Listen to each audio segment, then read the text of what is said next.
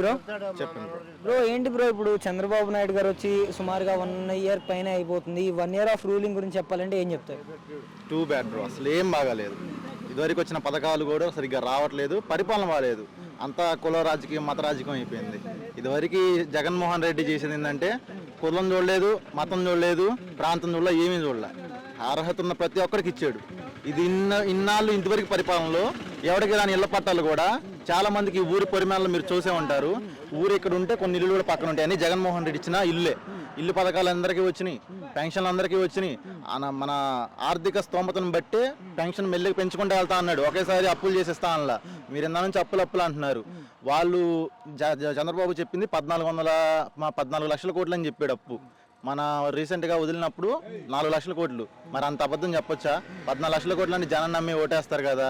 4 లక్షల కోట్లు అని చెప్పాడు.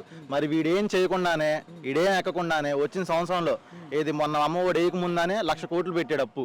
మరి ఎక్కడ ఎందుకు పెట్టాడు, ఏం చేశాడు? అంటే రాజధాని కడుపునామని చెప్తున్నారు కదా, రాజధాని పనులు జగన్మోహన్ రెడ్డి ఇన్ఫోసిస్ తెచ్చాడు, అమూల్ బేబీ మొత్తం అన్ని గవర్నమెంట్ లో తెచ్చాడు, చాలా పరిశ్రమలు తెచ్చాడు.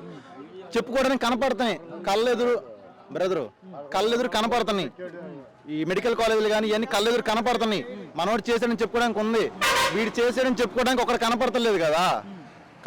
కనపడకుండా 1,00,000 కోట్లు ఎట్టని వీడు 4 లక్షల కోట్లు 4 లక్షల అప్పు పెట్టి ఇన్ని చేసినా కానీ శ్రీలంక అయితే అంటున్నాడు 14 లక్షలు అప్పు పెట్టాడని చెప్పేసి అంటున్నాడు.